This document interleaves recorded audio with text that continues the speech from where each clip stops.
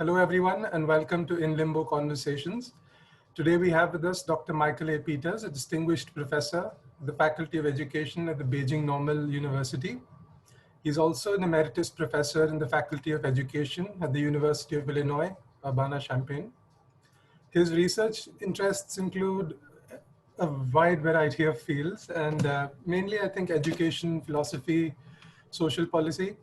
And within philosophy, he tends to focus on the significance of, I think, contemporary philosophers like Nietzsche, Wittgenstein, Heidegger, and a lot of work on education as well. And I think his current major projects include work on distributed knowledge, learning and publishing systems, and very interestingly, open education. So do check the links out in the description to know more about Dr. Peters and his work. And so thank you, Michael, for joining us today. It's really nice to have you here. My pleasure. So we'd like to talk to you about your work, and it's very interesting, especially nowadays with the pandemic situation, this whole post-truth era, and how everything mixes up together. It's a big mess, and I think works like yours and people that you collaborate with, all of this work sort of helps us untangle this mess a bit. So we're hoping that we can talk about that and see what insights you can give us a bit. So I'd like to start with this idea of post-truth. You have this very interesting viral theory of post-truth. So before we get into that, could you just tell us, I know it's a bit wide of a question, but could you tell us what you think post-truth is and what exactly it means in today's world, how it functions? Okay, so the term post-truth was mentioned by the Oxford English Dictionary back in 2017 when they included it as part of the lexicon. And the concept there was really an attempt to show how our understanding of truth has changed dramatically with under the influence, in particular, of social media. So when you talk about truth and you talk about the history of truth regimes and the history of truth in that respect, then you need to pay attention to forms of transmission, to regimes, and also, of course, to the development of media, and the way in which we've shifted from largely a truth system in the public sense that was based on industrial style newspapers to now, to of course, the internet after 1992 and the phenomenal growth of social media and forms of social media. So instead of getting a kind of vertical veracity, I guess, from sources of well-respected journalists, under the old industrial model, which really was, expert journalists who said to themselves that they were pursuing the truth and they had a craft called journalism that they followed. Now we have a kind of set of horizontal languaging, messaging, a different kind of form of communication where people share not only ideas, not news any longer per se. The commodity of news has pretty well disappeared. What we have is a bunch of other stuff, photographs, Facebook. Well, we know what goes on Facebook. And these are large aggregation forms of media, owned by the very, very large American and Chinese companies, high-tech companies. Let's say they're oligarchies. They really control the news now. They control the ability to receive the news. So, the old concept of truth, let's say, in the public world, as it related to publishing, really is going by the board. Industrial newspapers are closing down unless they can find a kind of digital solution to the problem. Now we face a much more of a kind of vertical communication structure than we do a vertical one from expert to public, in shaping public ideas. And that's become very dangerous because, there's no such thing really as truth. There are no ways of maintaining or sustaining or checking the veracity of statements in the same way that you could in the industrial model. And I say from a philosophical viewpoint, this maps back onto my interest in Friedrich Nietzsche, in particular, to Wittgenstein, and let's say in more philosophical terms, what I would call non-foundational accounts of truth.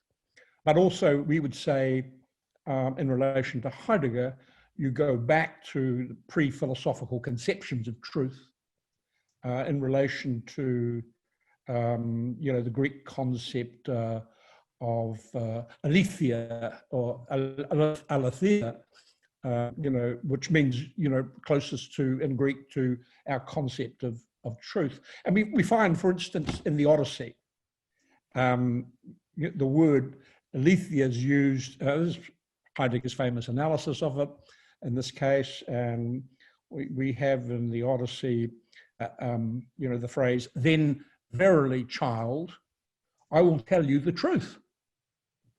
Well, that goes back a long, long way, part of the oral tradition before the institutionalization of philosophy. And we have a concept of truth here, which is more ontological than epistemological. And I think that's correct, although the epistemological may be simultaneously part of the practices of truth going back some way. But certainly there's an ontological view, and it is, the ability to tell the whole truth.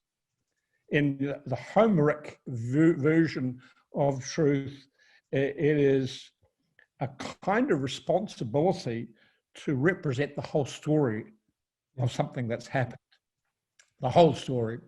And, our court of law in the West, when you say, "I promise to tell the truth, the whole truth, and nothing but the truth," really, we have a kind of historical anchor here going back, many centuries.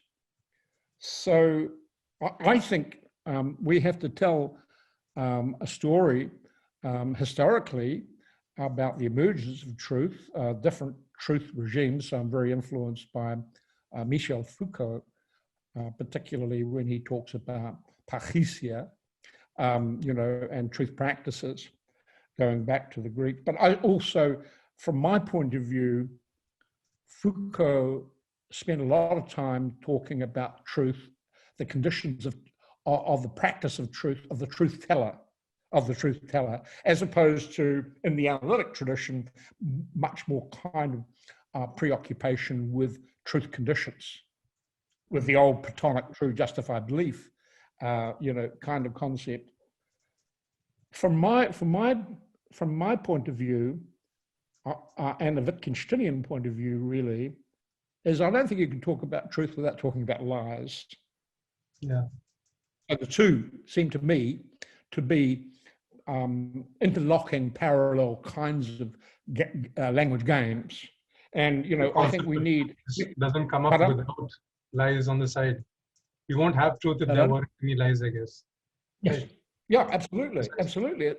When you examine the practices, the everyday practices of truth, and the way in which they change their character, to take one example, the game of confession, which is telling the truth about oneself, that Foucault investigates. Here is something that comes to the fore in the 3rd to 5th centuries, as the concept of self-practices, self-cultivation practices spring into view, and the monastic way of life begins. But I think that we also need very much to look at the history and the practices of lying in public life.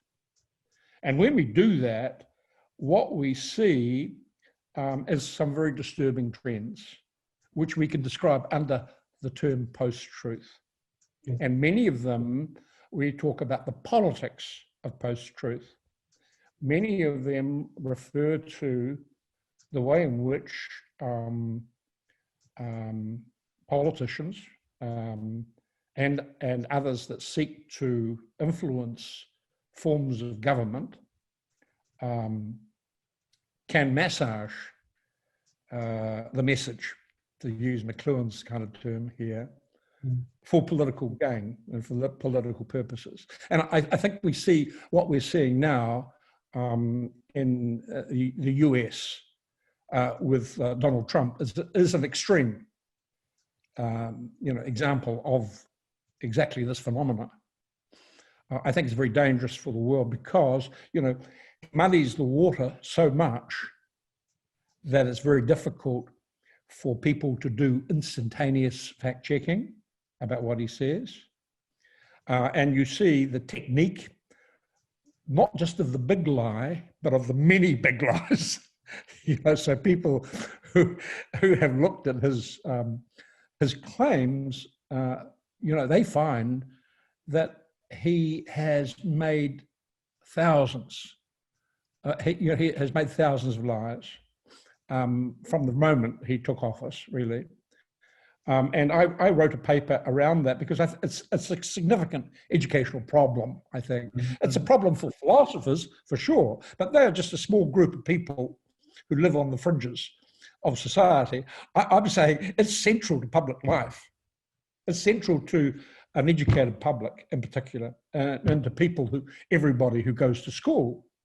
So, we need to recognize the threat to public life that it poses. So you brought up three really interesting points out there. Two of them which I would like to talk about going forward. One being the idea that big companies do own a lot and do control a lot of the media, and they do sort of manipulate it in messages. So I would like to come to that later, and what you just said as well in the end. But before that, this idea that you have of the viral theory of truth, and like you mentioned, Wittgenstein, Foucault, you follow them in that mold. Yeah. Like you also mentioned, they are anti-foundational in a sense. They are more contextual, like you said, going away from the analytic, which tends to be acontextual and sort of, like you said, look for just the truth conditions. But your viral theory of post-truth seems to move along those anti-foundational contextual lines, saying that maybe, the nature of truth changes as we go along, depending on which era we are in and what we are in. So is there, because now we tend to term it post-truth, as if there was this big chunk of truth before. As you really pointed out, it wasn't the case that there was a big unchanging chunk of truth as such. There were many truths. And then now, what is different about this post-truth era that wasn't there before, when regimes of truth, as you say, were changing? What's really separate about that?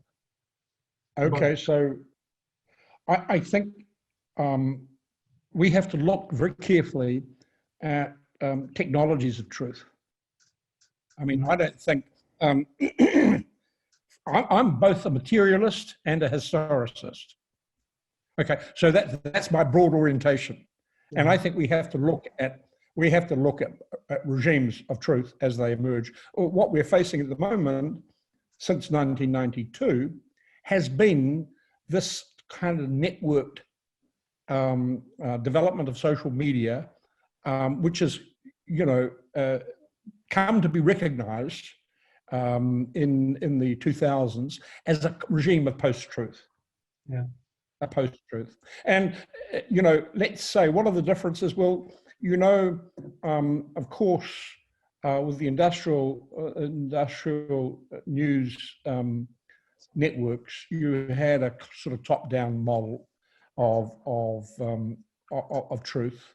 And it was basically, let me say, it was the still large corporations that ran them, but there was some basic conventions for being able to check facts.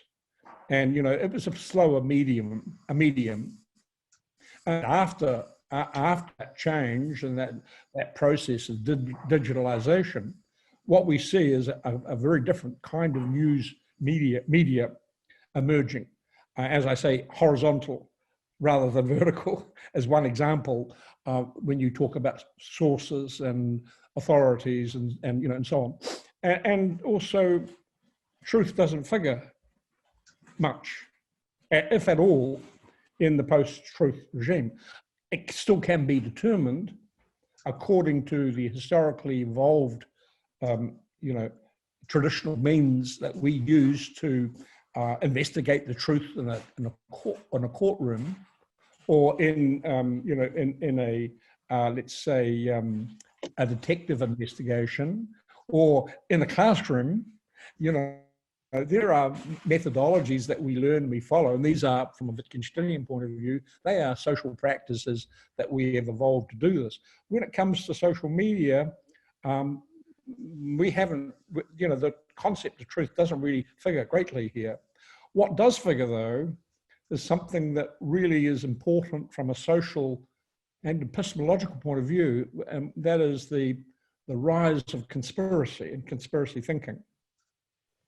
And, I think, it behoves educators and philosophers to begin to look very carefully at this huge rise of conspiracy thinking. And I think, we say really now a kind of,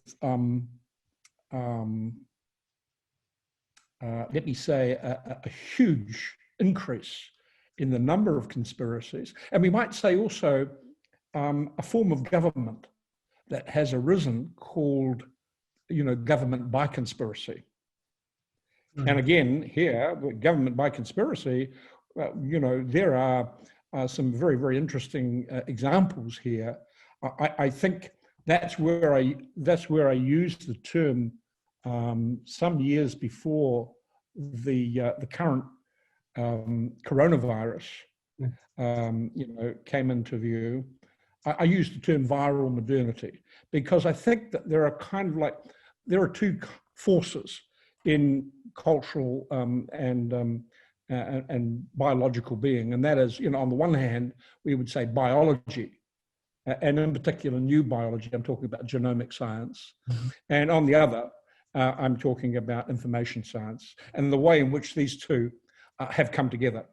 And I think they have come together in different ways. They share some features. Everybody knows we can talk about a computer virus, and that functions in relation to, an analogy. But I think that being a historicist and a materialist, I also want to look at the emergence, of a kind of viral modernity, where these two systems shape cultural evolution. They are the most powerful forces going forward: new biology and information science. And we see that. That's why I like to talk, about capitalism in terms of bioinformation. And I wrote a paper for an Australian journal called Thesis 11, called Bioinformational Capitalism. Yeah. And because I think that the two forces are harnessed, so it's a form of political economy, really. You see them develop biology and information, bioinformational capitalism. And the outstanding example here is Craig Venter. Craig Venter, who is the venture capitalist biologist who was the first to map the human genome, and is now the CEO of a company called Longevity Incorporated. Where he's using basic, new biological and genomic science, selling it to the rich, really, to extend their lifespan. So I think, that's my kind of, my operational paradigm here really is the bioinformational paradigm. And, in the United States, and I think we see it elsewhere, it's a form of capitalism, and it's a capitalism that's coming, that's on the way. So like you pointed out, bioinformational capitalism. You have this paper, and that I think by the end you talk about how that can transition into a sort of transhumanism. And in your paper on bioinformational capitalism, you talk about how this might eventually sort of transition into this transhuman idea. That's what they seem to be working towards. Like you also mentioned about the startup that you said, that the company that works for longevity. But there is also another part which kind of connects to what you mentioned before, which is this big media who has the power, who has who controls the media spaces. But they're also almost, there's a big overlap with the companies that also harness your information.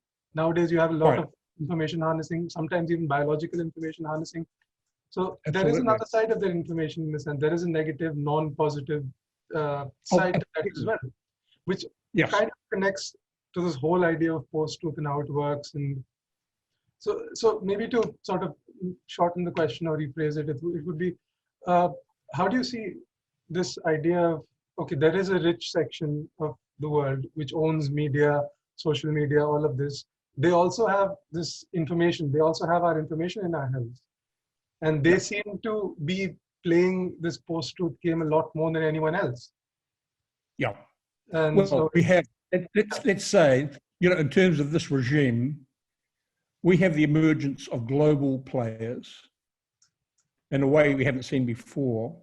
I mean, we talk about the big five, Facebook, Amazon.com, so on, so on, in America. And of course, similarly in China, Tencent, Alibaba, WeChat, so on. There are these big, very, very big interconnected global systems. Actually, they are two parallel systems that don't meet. Not really, they don't meet. Google is not in China. It may be one day, who knows? But at the moment, the Chinese are very happy developing their own, digital systems. But you're right. The downside here is that democracy is part of that kind of past era to do with industrial media.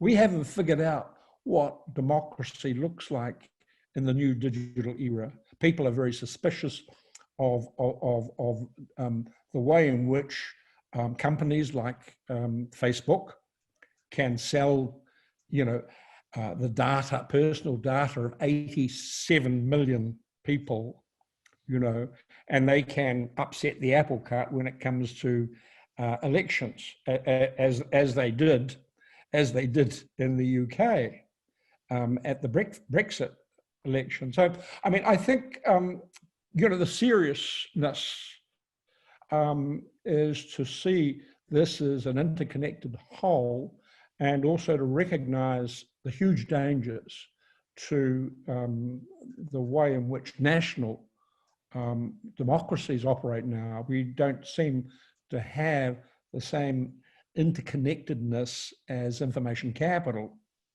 And these systems can be used to depose, and to elect, various authorities. And I think, this upcoming election is with the US, which everybody is focused on now. Is going to be quite an interesting example of this. But we've seen what Twitter politics means. Twitter politics. We know what that means, and really, it is something that progresses through muddying the water, because you can say something. By the time somebody's checked it, it's already gone out to a large number of people, and you don't have time to fact check it in the way that you do with, you know, industrial style media, you know, it's instantaneous, and immediately you move on. And what does it do? It harnesses and works on the prejudices of the people that accept. I'm sure, let me say, that the Christian right would accept pretty well anything that Trump said. You know, and so the concept of truth doesn't really get off the ground here. The concept of evidence, of testing claims, of being able to engage, let me say, in the rationality game, the language game of rationality, or the language game of truth. These practices now have changed so dramatically. When you look at it from a discursive point of view, you've got to say, look, the language game of truth now and the practice that we're engaged in have dramatically changed. And we've got to recognize what those changes are. And I think that's why, I mean, while I was trained as a philosopher at Auckland University, and I, you know, did my PhD on Wittgenstein, I was also a teacher. And I thought, not just that it was easy to get a job, you know, in education departments, but also it was more important, you know, because you're dealing with some really tricky issues now. So, you know, I think that the concept of conspiracy and conspiracy thinking reminds me of, you know, Gregory Bateson, in particular, Steps Towards an Ecology of Mind. You know, he's I think, great inspiration, particularly when he says there is an ecology of weeds too. And by that he means there is an ecology of error, and error repeats itself in the system. So we don't really know how to deal with that situation. Not yet. We're grappling with it. Yeah, hopefully. I mean, we don't really see it going anywhere, I mean, in the present sense, unless there's a radical rethinking, like perhaps you're trying to do, or many other thinkers are trying to do, sort of rethink the whole idea of this, what truth means and how to deal with this. I think, like you brought up, the biggest problem seems to be there's this flooding of information and you're not able to verify any of it. And that seems to be like the biggest problem that there is. It's not even that there are lies or that there are you know, half-truths and all of these different practices. The problem is verification and evidence. I think evidence also forms a big part of a lot of your work. You talk about how it hinges on the problem of evidence. If you had something to say about that, you could, but I would... Yeah, I do. Yeah, sorry. Mm-hmm. I was going to say, look, the traditional Platonic view here is quite useful, not for its, you know, the true justified belief conditions of knowledge. You know, they don't apply to information. So there's no truth condition, there's no belief condition, there's no justification condition. Okay, so it might apply to knowledge, but it doesn't apply to knowledge. But the true justified belief analysis helps us greatly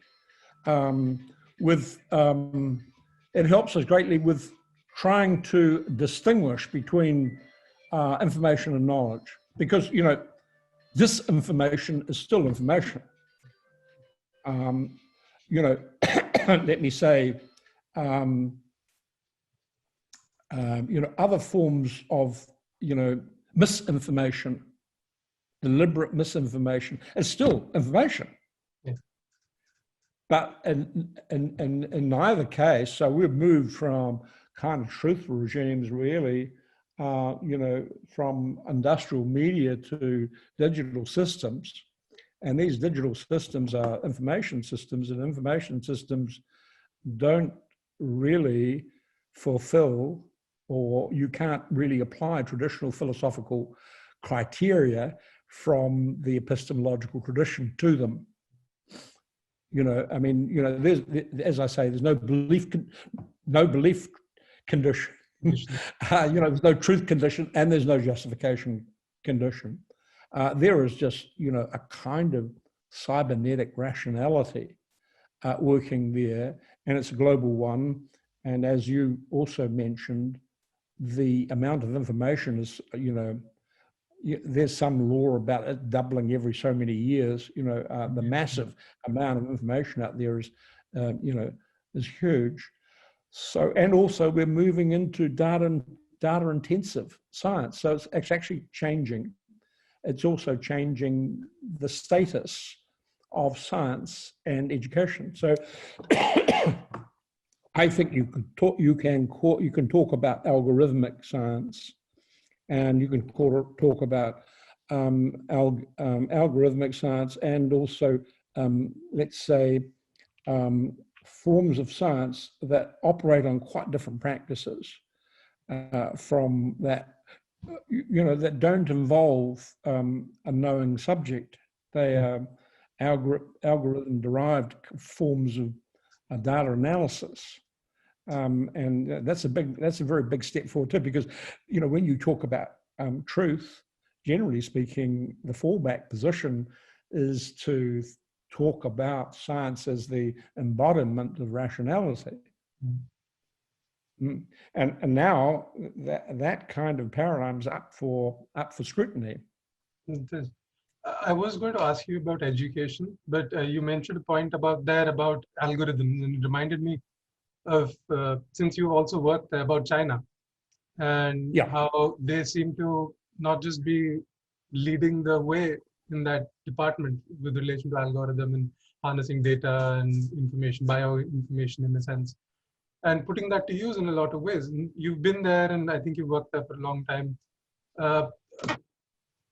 To connect that to sort of the biopolitics of a citizen, of living in the world, and their reaction, the different reactions that you have to the pandemic from, say, someone like China, who leverages all of this power and information and algorithmic data that they have, versus the rest of the world, which prides itself on freedom, but cannot really tackle problems the same way that China managed to.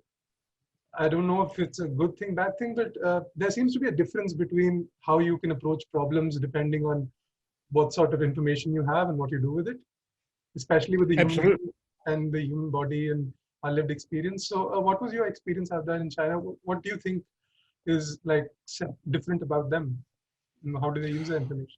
Well, I think, let me just say, because we're facing escalating tensions between the US and China, not just trade wars, but technological wars.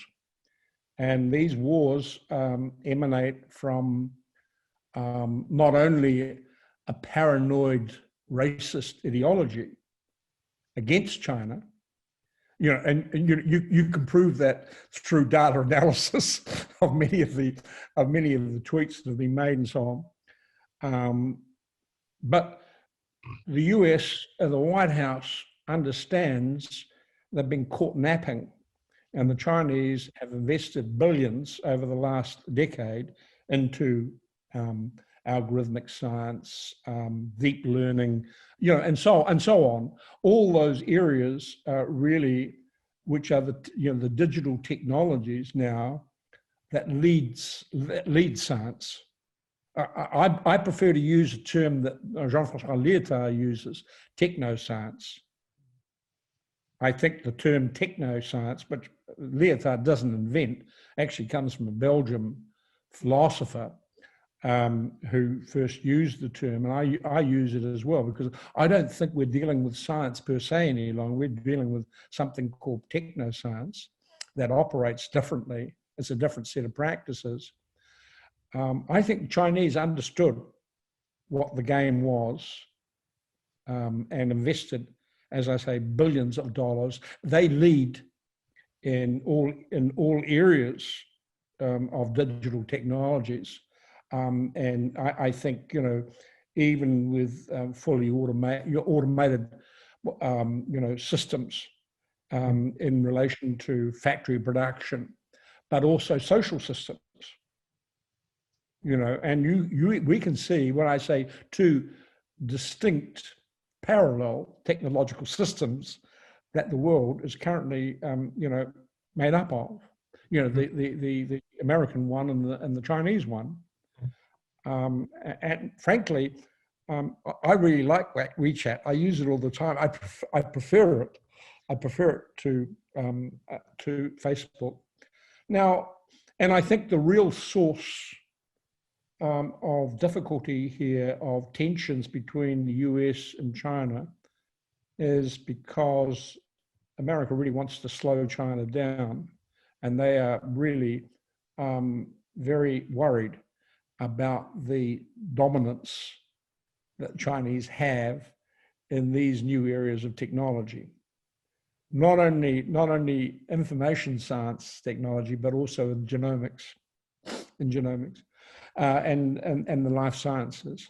So, and how they deal with it. Well, it's kind of like when you look at COVID-19 and the various responses by democracies on the one hand and communist states on the other, you know, let me say the political scientists must be relishing the comparison, because what we see is that with strong central state, there is a way of enforcing social distancing that citizens understand, and they can bring these pandemics under control quite quickly. And although the Chinese, there were some hiccups in the early release of information, and I don't know, I did not investigated that. It could have been local, provincial Communist Party officials who wanted to cover up this or cover up that, you know. But once it went national, we saw complete control of this phenomenon at a street level. A kind of, in the same way, really, that Foucault actually informs us that the plague was handled many centuries ago. You know, ultimately it comes down to if you isolate, then you're isolating the virus, you know, and you're stopping the spread of it. Now, I think what's really kind of interesting is that you have this group of people on the far right who want to demonstrate their freedoms at a time when solidarity is required, when the good of the community as a whole needs to be considered. Now, you know, I'm thinking about the kinds of dilemmas faced by people like Anthony Fauci in the United States when he opposes a president with, you know, like Donald Trump, who likes to personalize everything, you know, how much he can say in a scientific way that actually contradicts his policies. Well, we're seeing, you know, the results of complete mismanagement within the largest and Trump's way, the best democracy in the world. Well, they haven't really handled it very well at all, and now you know, they are suggesting, the scientists, Johns Hopkins University epidemiologists, suggesting that we might see, you know, by January, 415,000 deaths in the United States alone. You know, and also we're seeing it in, you know, the virus is also, you know, really cutting a swathe, you know, in the Yemen, for instance, where there are no social distancing procedures at all. You know, and let's say in some African countries, in Bangladesh, in India, very high, you know, and we're looking at second wave and third wave, and we're looking at the way in which the virus can change. Now it's hitting younger people as well as older people. So, you know, and when you look at, there's an interesting paper that I should mention by Anthony Fauci and one of his colleagues, David Moser, I think his name, published last month, that says we have entered the era of pandemics. And the implication of this is with world population approaching 10 billion mark, with overcrowding, with the way in which our exploitation of nature is chopping down all the forests, in the Amazon and elsewhere, with other forms of environmental degradation. We are setting ourselves up for pandemics in the future. And of course, at the moment, we see 3 or 4 of these new viruses every year, these novel coronaviruses operating. In some sense, we're heading to 1 million deaths globally. The Spanish flu was 18. We have been, let's say, the management of the virus has differed according to political system quite dramatically, quite dramatically. And our ability to work together globally has been impugned. It has been broken. Donald Trump and the US have changed their tune and robbed the World Health Organization of funding. And the World Health Organization here is a product itself of a kind of new Cold War. And how does an organization like that Zizek calls, he calls this organization communist. I'm not sure that I would want to say that, and I'm sure that the World Health Organization also would be upset to hear his description. But what do? Well, they utilize the system in terms of a concept of openness to share scientific data as soon as possible. Well, you put together that wonderful bibliography that you sent me of just the philosophers talking about the virus. But when you look at the scientists across a number of related fields, we're talking about tens of thousands of scientific papers, and most of the big publishers who always want to put science behind a paywall are now making it open access. So open access is part of this deal, and it's also part of a new series, a new kind of knowledge ecology that enables people to cross-check. So, openness is one of those fundamental global values that enable us to share knowledge, like really in the using the digital systems, but with some kind of respect for empirical truth. Yeah. And I think that's a major step forward. And I really do stand for. I mean, I've written lots of papers and books around openness as a fundamental kind of value in relation to science, in relation to knowledge economy. I call it knowledge socialism rather than knowledge capitalism, because when you talk about peer review, basically this is the ability of the community. I mean, and even in some long haul sense, Peircean sense, of the community of scientists getting it right in the long term. So sort of a cumulative thing. But if I was to, hello? Hello? Oh, yeah, sorry, the video disappeared a bit, I'm so sorry. But if I was to sort of say, so this kind of moves into this idea that you have about education. And when you talk about openness and about open access, and that's part of your thinking about education.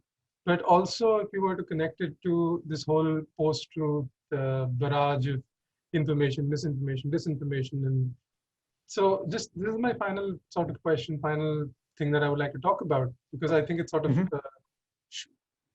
crystallizes the problem, like you mentioned. It's not just for philosophers or for certain sections of society. The larger implications are wide with the education of our, of humanity as a whole.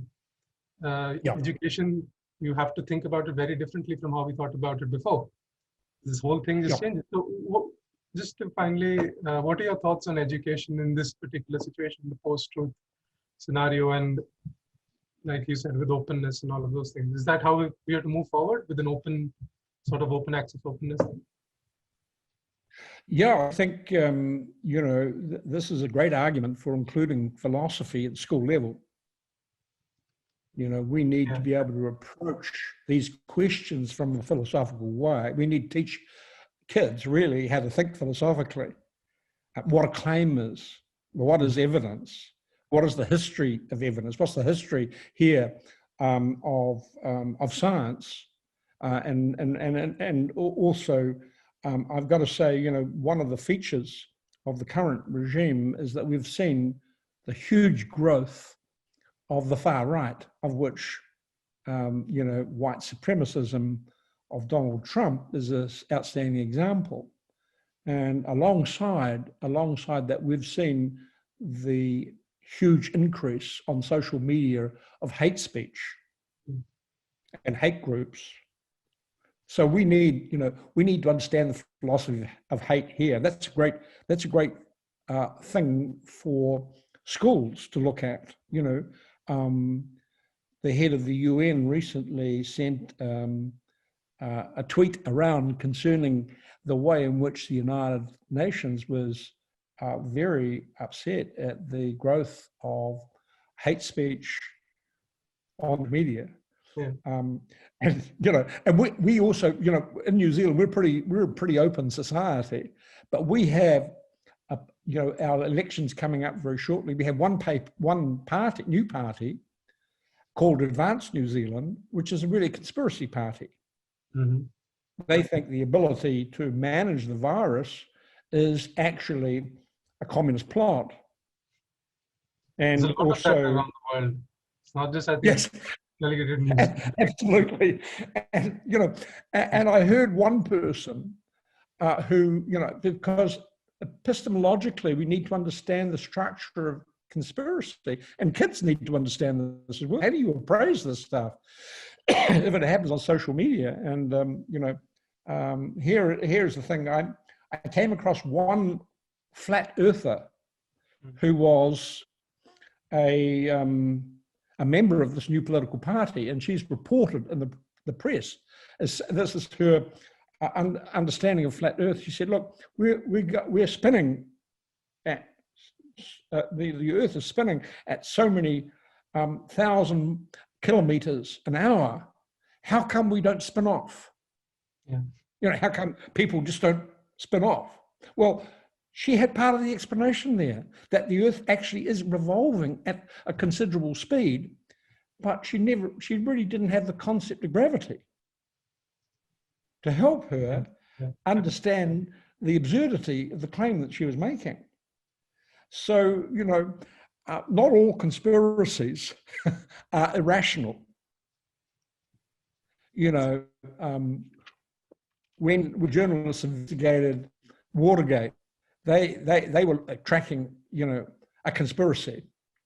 And it turned out to be a real conspiracy, and their exposure of it actually led to, Nixon having to resign. So I don't hold the view that all conspiracies are irrational, and I think that some of them do have rational elements to them.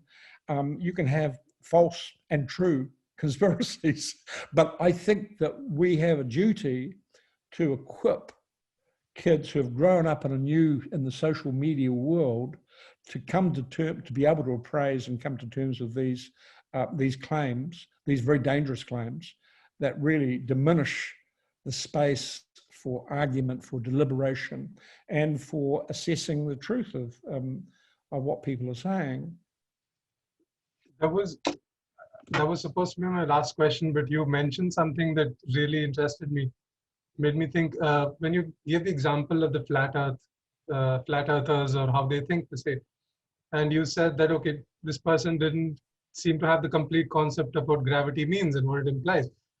If I were to go back to something you said in the beginning, very beginning, about post-truth, and how about how truth is moved from something that was complete, sort of whole truth or complete truth, into something that's a little more fragmented nowadays. Do you think education is then, in a sense, just the job, not just, but mainly the job of filling in these gaps that we seem to have because of our new sort of media consumption, or sort of our new sort of way of digital? Yeah, I think, well, I mean, first of all, what I was saying there was this sort of complete, like, is education sort of, are we just trying to fill the gaps in that? Is that all conspiracy theories, and is that the main problem of the post-truth era? No, I don't think so. Are we trying to move back to the idea of, okay, complete truth?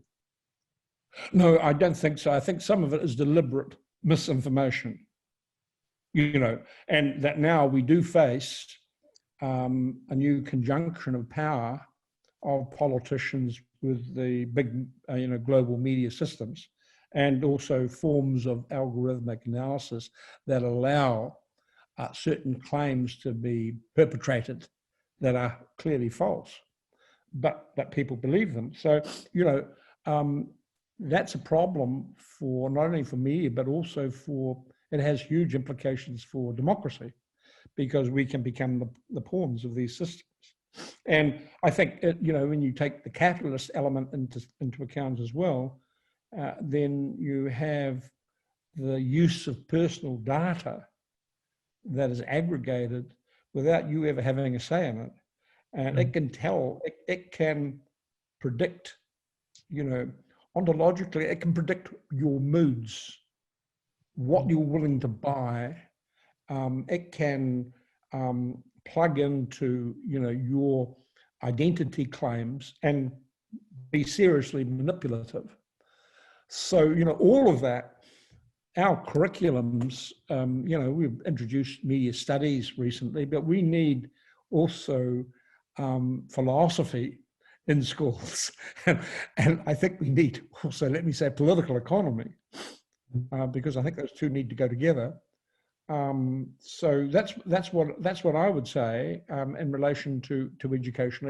A critical view of the environment that people find themselves in, and there are good sides to it as well. Which, I mean, the openness and the sharing of information and critical pedagogy can be based on those as well. That's one way of breaking a kind of circle based on conspiracy thinking, so I think that's really important. But we haven't really got around to thinking about systems of pedagogy and systems of education that are different from the old industrial systems. We're still trained and schooled according to the old industrial logics. And we need to learn how to move beyond that. All right.